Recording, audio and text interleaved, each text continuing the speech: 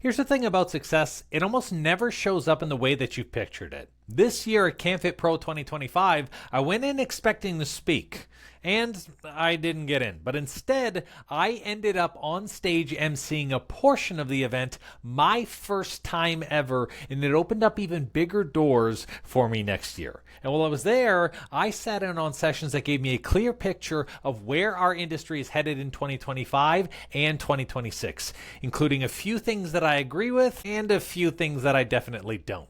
Let's break it down in today's episode. Hey everyone, welcome back to the channel. I want to take you behind the scenes of this year's CanFit Pro, what I learned, what I experienced, and a big takeaway for us as health and fitness professionals. This was actually my first time ever emceeing an event, which came as a surprise to me. I had actually applied to speak, but I didn't get selected. And I didn't get selected because they told me we had too many people that were speaking about menopause and hormones that year. However, they did reach out to me and say, hey, Andrew, we see you're such a strong speaker. We would love for you to host one of our sessions and actually be the MC for our activity area. That alone for me was a lesson in what success really looks like, because sometimes it doesn't arrive in the package that you expect, but it still moves you forward. And get this as well too, my wife, who applied on a whim because I encouraged her to, she actually landed a paid speaking spot, and now she's getting ongoing reach outs from the event. On top of that as well,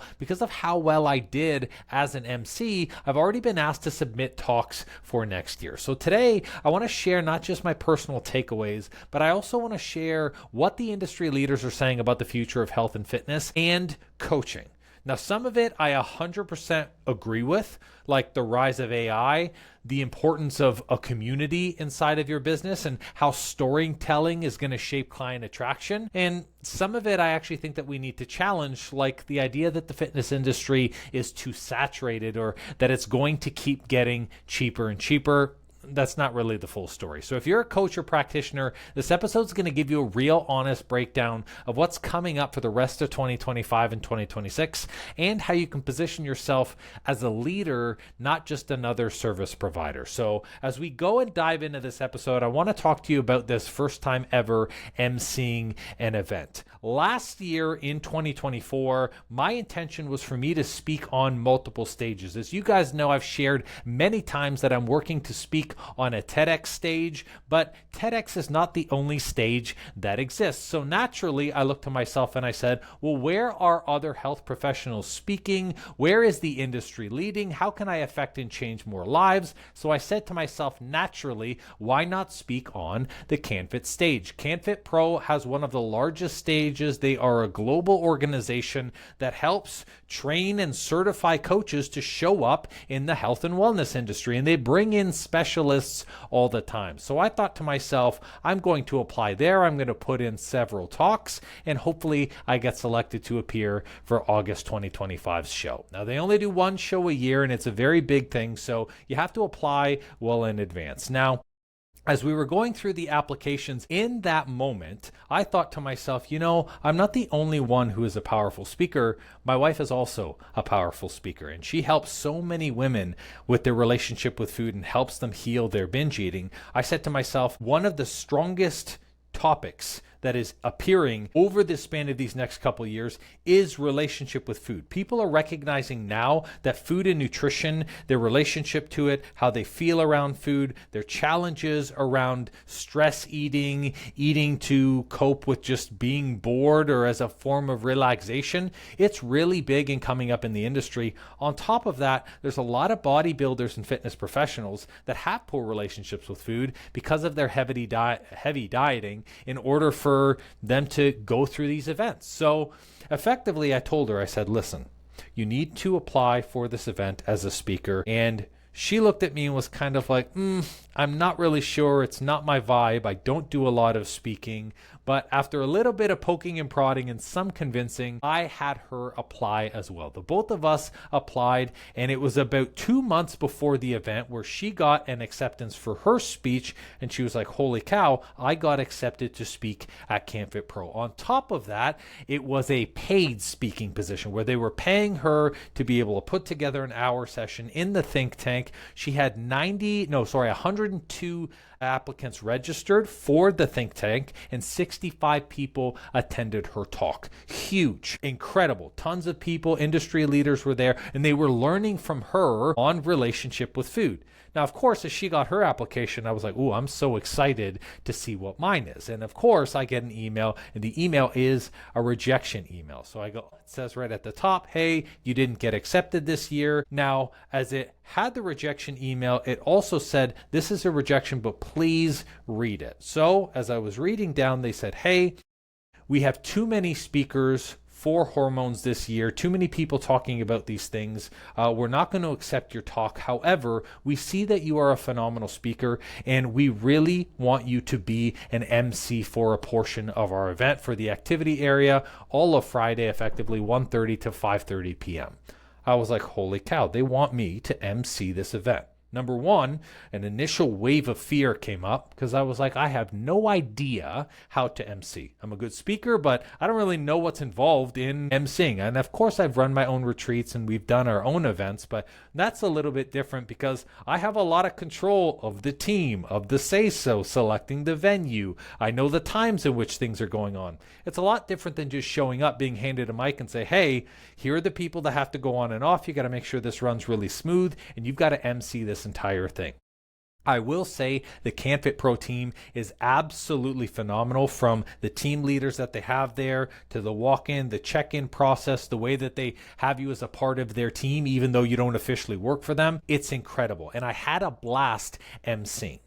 Now, I share this with you guys today as I go into what's changing inside of the industry, because CanFit Pro is a global expert. They are leaders in their field, and they are vocalizing and indicating that people need to start attending and being a part of these events, because this is what gives the person and people connection to you as the coach, to you as the practitioner. It is not enough anymore for you to just get a bunch of clients, you're working one-on-one with people, you're posting maybe 2 or 3 times on social media, and then you're going to expect to build this global brand. You're not. People need to know, like, and trust you, and that means visibility and credibility have to be first. You need to place yourself in places where you are going to be more visible. And what a great spot to be visible than being in front of other professionals. And if you think that you can't do this, here is the perfect example that you can, because I have never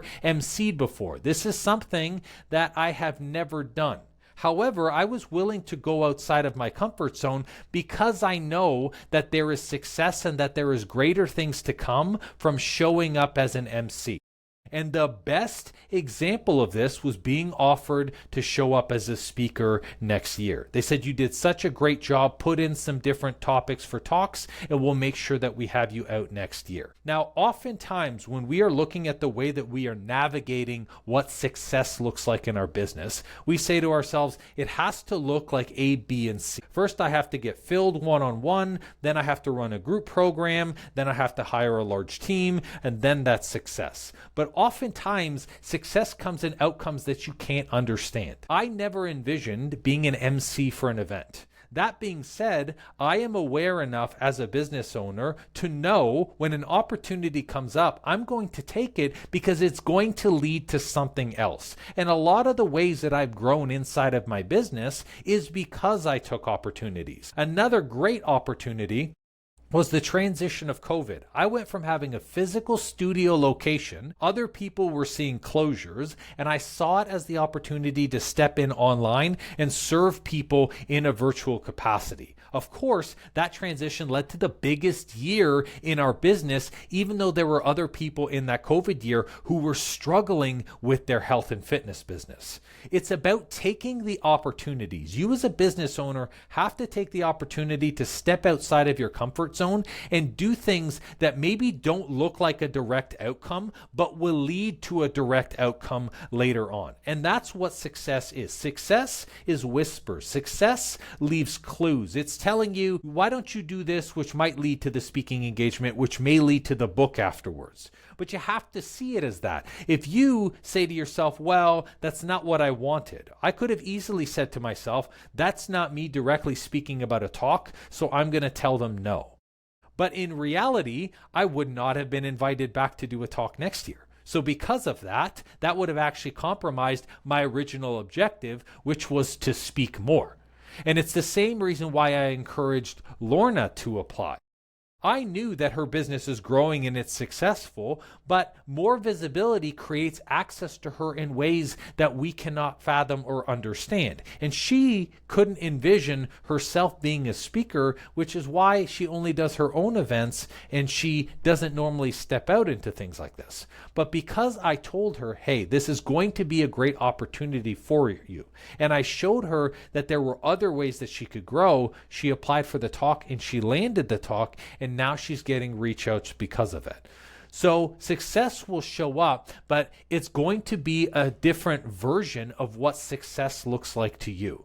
My encouragement to you is through this episode, as you start to learn about different ways that the industry is going to be changing, because the health industry is changing week by week, not year by year. It's moving very fast since COVID. I also want to encourage a different level of version of what success looks like.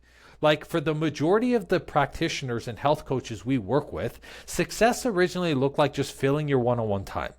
But now that you're filled with your one-on-one time, your version of success also looks like you not trading your time for money and being able to travel frequently, which means now you're going to have to look for ways that maybe success will come in a way that you don't expect. Maybe it is launching the book. Maybe it's launching a group program. Maybe it's creating a self-paced program like we've done with some of our coaches. Maybe it's hiring the team. Maybe it's actually letting go of the big team that you have. So all of these things contribute to this success. But going back to Lorna for a second, because her talk was so powerful, she got reach outs that same day, and she's getting multiple reach outs after the event because she did such a great job. Here's the biggest concern about doing success in a different way for us as business owners. We think if we take something on in an area that we're not experienced in, then we're going to do a bad job and that's going to reflect poorly on us. And then all of a sudden it's going to be worse for our business. The reality is, as long as you care, you show up and you're doing diligent work. She put together the presentation. She practiced her speech. I was practicing all of the MC introductions. I was looking at when the times are that they're going to be going on. As long as you do the back end work, even if it's something you've never done before, it is always going to be beneficial and it is always going to turn out well. I can promise you, of all of the things that I've done inside of growing this business, there are many things that were firsts for me. Speaking was a first. Creating a one-on-one program for business coaches and professionals was a first. Being able to help add on their back-end systems was a first. Running ads for some of these coaches was a first. But every single one of these things is things that I have done either for myself or I've had experience with in other areas, and I'm simply combining things that I know. So even if something is uncertain to you, you're not really sure how it fits in the vision, you're not really sure what the outcome is going to be from it, but it's in an area that you have the opportunity and potential to grow, you should. You should absolutely step in and lean in, because this is where you're going to see growth inside of your business in ways that you couldn't understand. Now, in going through CanFit, I had the ability of sitting in on a few of the sessions from other speakers, and I wanted to break down some of the things that the presenters were talking about, because they were sharing what's going to be happening in the industry for 2025 and 2026. And then they were also sharing some things that I didn't necessarily agree with. And I'm just going to go with each individual one as they come into memory here. The first being AI. There's a lot of talk around health and fitness for AI, that AI is going to remove the area of health coach, practitioner, that many people can Google their symptoms or create a plan. And it's like, yes, there are tons of people inside of AI, especially coming into this year, that will use this to get healthier. Absolutely. AI is going to play a very large role in the health industry. Yes. That being said, AI will never replace the people connection. People are tired of Zoom. There's a Zoom fatigue. There's an online fatigue. People want personal connection. That doesn't mean they can't get personal connection online. They absolutely can. But what they want is to know you as the person. What they want is to be able to connect with you as the professional outside of your profession. how you help people in other ways. What are the other things that you do? What are the other ways that you can help them outside of just that one piece that you are a professional in? Maybe you're a dietitian, you're a physiotherapist, whatever. AI is never going to replace the human connection because it can't. People want to connect and be a part of communities with people. AI is going to accentuate that. You're no longer going to be worried about the client notes because AI is going to do the client notes for you. You're no longer going to be worried about the nurture sequence or the email because when you create a piece of content, it's going to pull from your content and it's going to create the sequence for you. It's actually going to make the life of building your business a lot easier. And I have tons of AI pieces inside of my business right now that help me and my team. And I encourage all of the coaches that work with us inside of C2C to do the same thing. Because when you are focused on trying to do all of this back-end stuff yourself, you're not doing the one thing that matters, which is creating value and doing things that build your business. So yes, AI is going to be in here forever. And if you're using AI just to create client plans and training programs, you're using it wrong. You should be using it to accentuate the things that you don't want to do. How can you create content faster? How can you be marketing daily on your socials? How can you increase your level of visibility? How can it help you with your SEO? How can it create SOPs, standard operating protocols for your team to be able to manage your team better? These are all of the things that AI is going to help with so you can focus on doing on the thing that you love, okay? Now, the next thing that they were talking about a lot, and I heard this from multiple presenters, is the fitness industry and the health industry being saturated. Almost every single presenter that was speaking said it's very saturated market. There's tons of professionals out there.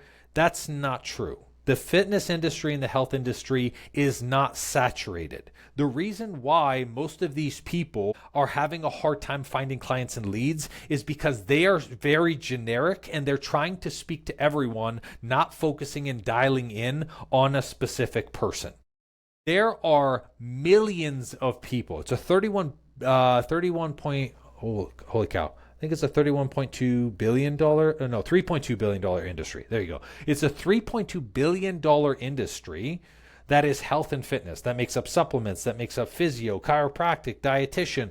People want to be healthy. They want to spend money on themselves. They want to feel phenomenal. So to say that it is saturated, that there are too many professionals out there, doesn't make any sense because there are tons of people who are still sitting in doctors' offices and hospital chairs that are not getting the help that they need. There's no such thing as saturation. There's a visibility issue. You're not being visible because you're not creating a message that is speaking to someone exactly with where they are. You have to speak to the person.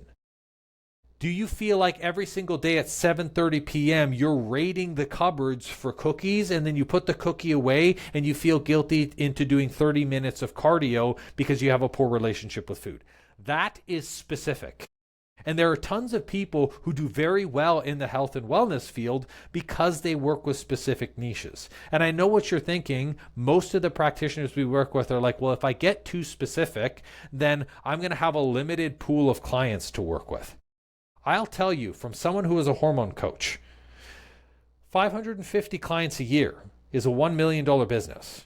550 clients a year for 6 years is what we did inside of Fit for All Fitness.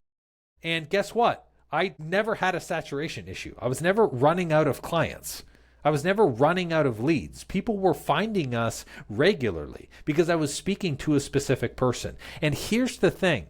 When you speak to someone with a specific issue, you're always going to get people who reach out if they believe you're the professional who are going to say, hey, look, I know you help with hormones, but can you also do bloating? Because I have bloating. Yes, I can totally help you. You can always say yes to additional people, not in your niche. But if you don't niche down, you're never going to position yourself as the professional. Now, from a positioning yourself as professional, here's another thing that people were talking about, which is the fitness industry is going to become cheaper. I suppose, but I also don't know whether or not I should agree with this or not. And the reason why is the fitness industry can become cheaper if you're going to focus on cheap fixes. As an example, if you're Fit for Life or Fit for Less, you got $1 gym entry, yeah, cheaper is going to become cheaper because there's no value there. That being said, people are willing to pay high dollar for intimate coaching. And intimate does not mean one-on-one, it means personalized. Give them the value of a community. Give them a value of ongoing masterclasses and training sessions. Show them that your community is something that is incredible, that is worth being a part of. When you do those things, when you change their energy, when you get them committed at a whole new level, you can charge a premium for that. To me, I never understood going cheaper because you can't win the war of cheapest. There gets to a point where someone's going to do something for free and you can't compete with free. That's why I never did the way of cheaper, and I never encourage our professionals to do that. The majority of the coaches inside of Coach to Coach are charging anywhere from $850 a month to $2,500 a month for their coaching. And it's because they have created valuable containers and valuable programs with communities, with ongoing masterclasses and training sessions, with bonus calls and add-ons. So they are delivering to be able to justify that price. I wouldn't say that you have to keep becoming cheaper and cheaper. It's largely designed on your model. And that's the thing too. Some of you guys as professionals have models that are designed to attract cheap people. Like if you're someone taking benefits, sure, taking benefits is great because it saves people money, but then people are willing to pay less for your service because they want it covered for benefits versus charging someone to pay out of pocket. And then you can say, hey, we'll write you an invoice where you can write some of it off through benefits. So if your model is designed to attract cheap people up front, then of course you're going to find that the industry is becoming cheaper and cheaper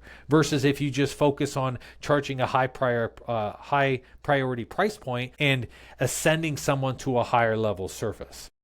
Now, in one of the sessions, and it came up something within me, I'm telling you, I almost wanted to just stand up and be like, nope, this absolutely makes no sense.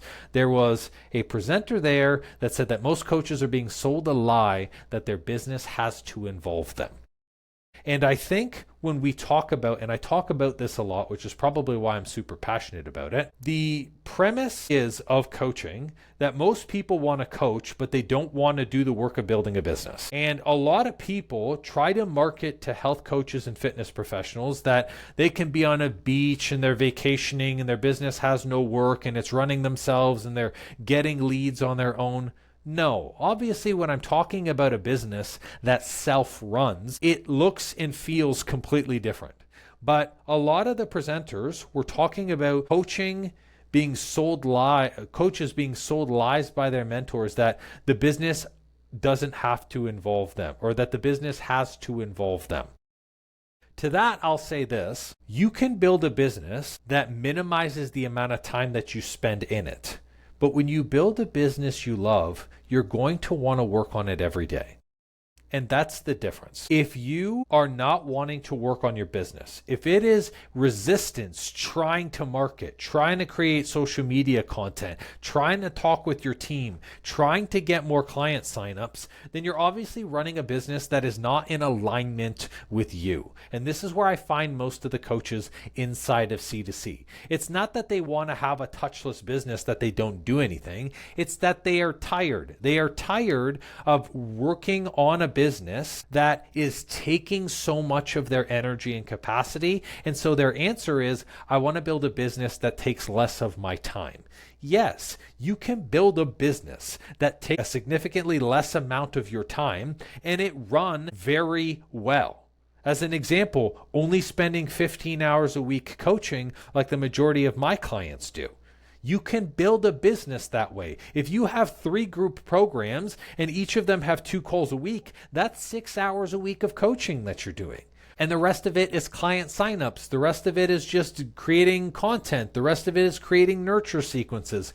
You can build and design a business any way that you want. Your business does not have to be 100% attached to you at the hip all the time.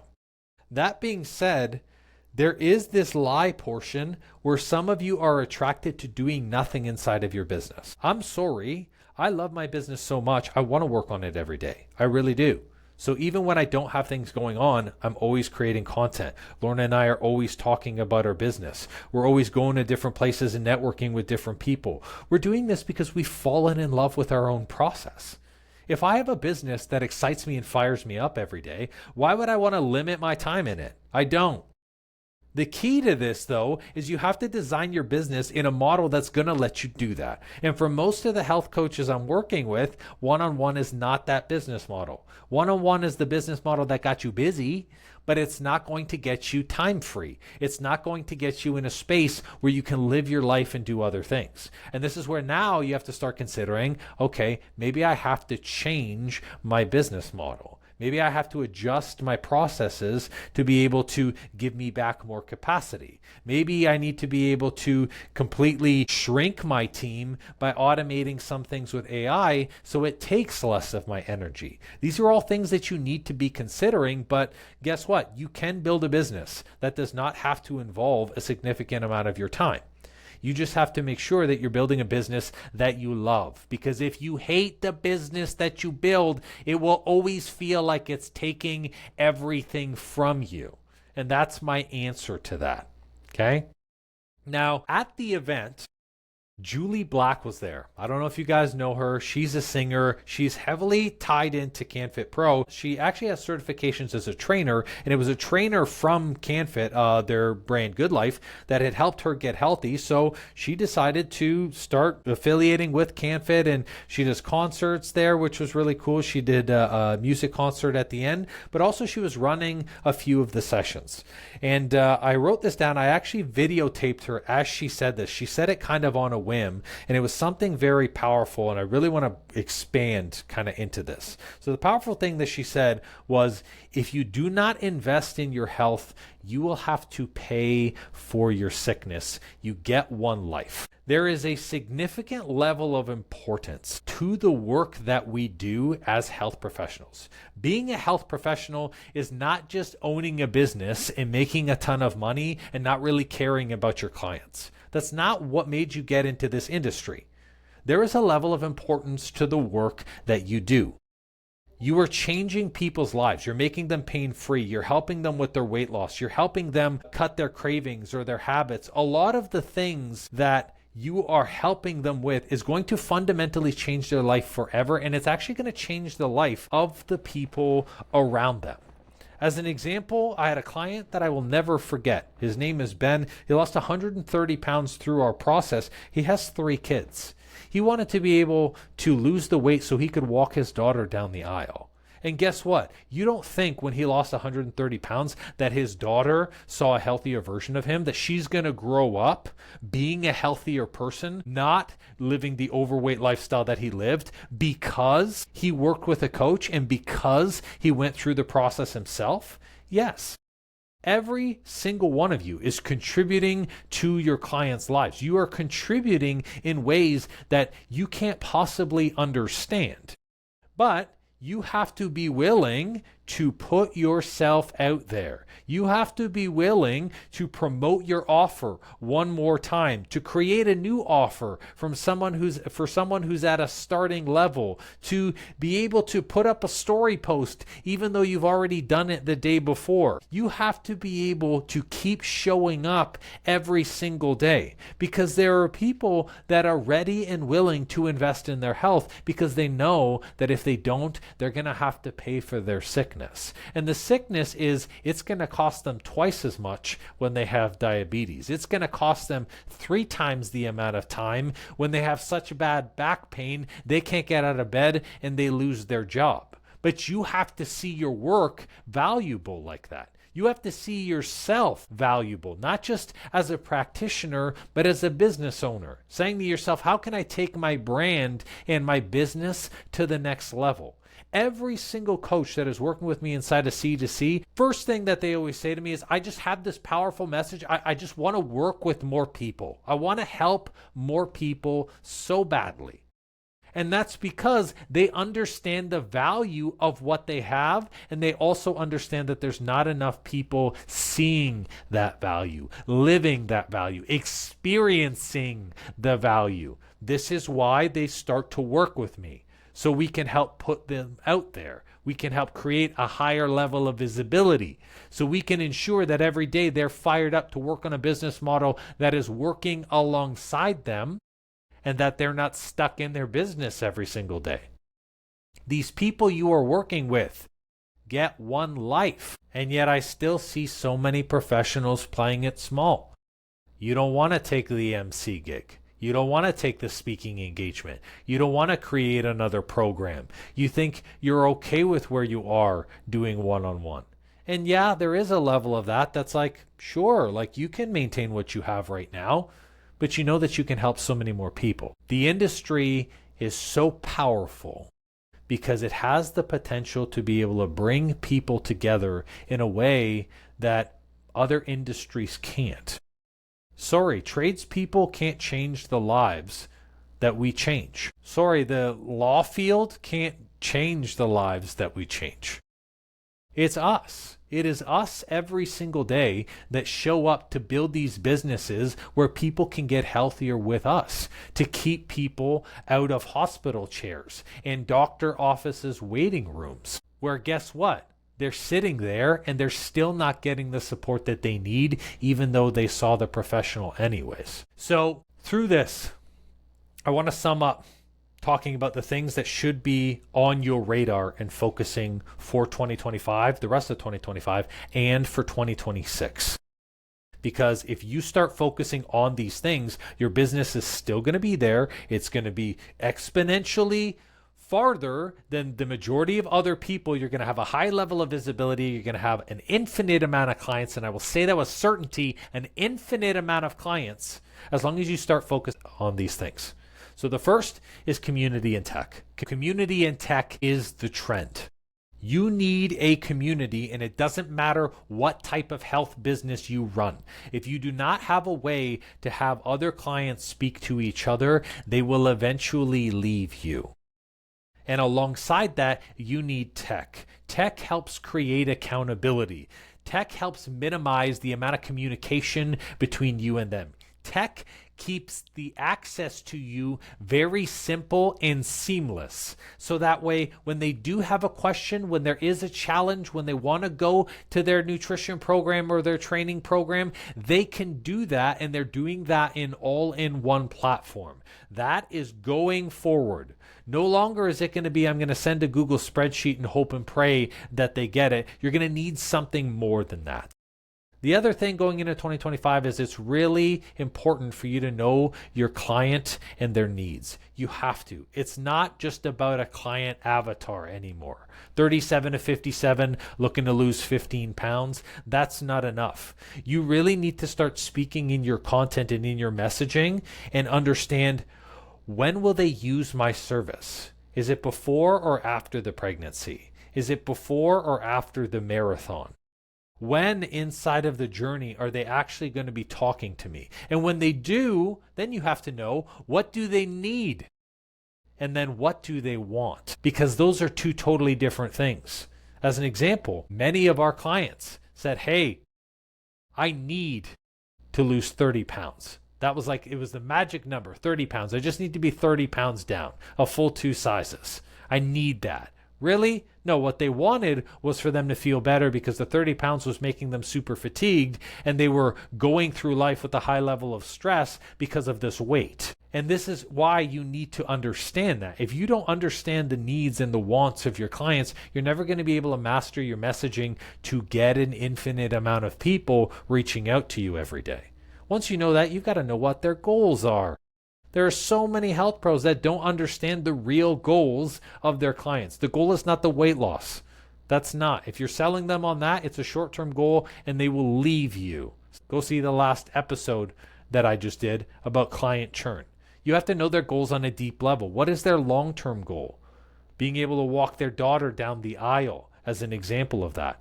And then you've got to know, Like, how will they use your service? Are they going to be in that group, the one that's engaging every single day? Are they going to be reaching out to you, hey, I just need an initial plan and then I'm good on my own? What does that look like? The more you can start to understand that, this is where we can then craft your message. This is about client speaking versus coach speaking. Client speaking is when you are speaking with their words, their verbiage, talking about their problems at their level. That's when clients start to get you. That's when they're reaching out in the DMs for you. Versus coach speak, you're talking way over them, above them, and you're using guilt, fear, or frustration to try and move them. That doesn't work anymore. That's 2022. 2025's in. You got to start changing your messaging. Now, as we start working on the messaging, this is where the trend moving forward is about creating shareable content. It's not just about emotionally triggering people anymore. It's triggering using fear, guilt, or frustration. What moves them is what is going to keep them moving. And these are going to be clients that are actually a pain in the ass to coach. If you want them to belong in a community, if you want them to stay connected to you long term, you've got to create shareable content around empowerment, around inspired action, around improved well-being. And you have to attach the emotion that you want to elicit.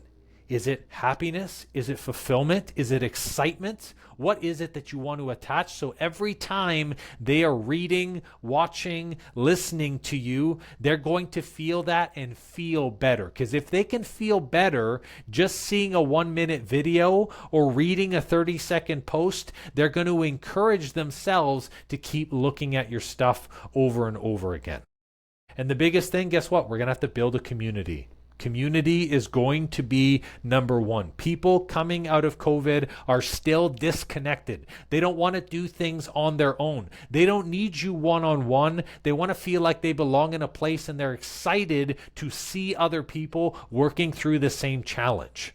So we have to build a community and showcase your community members. Celebrate the testimonials, the growth, the small wins. Celebrate the challenges because all of it is a part of the journey. And the way that you can do that is micro engagements. That's the best part. Contests, polls, Q&As, monthly challenges, member of the month. These are all great ways to be able to continue to build that. So as we wrap up this episode for today, I want to lean in on the very beginning of this. Success in your business is going to be very different than you have envisioned it. It doesn't look like filling your one-on-one time. It doesn't look like having a filled group offer. It doesn't look like selling a $1,000 program. Sometimes it looks like giving the free masterclass, which leads to the filled program. Sometimes it looks like writing the book or doing the speaking presentation that's going to lead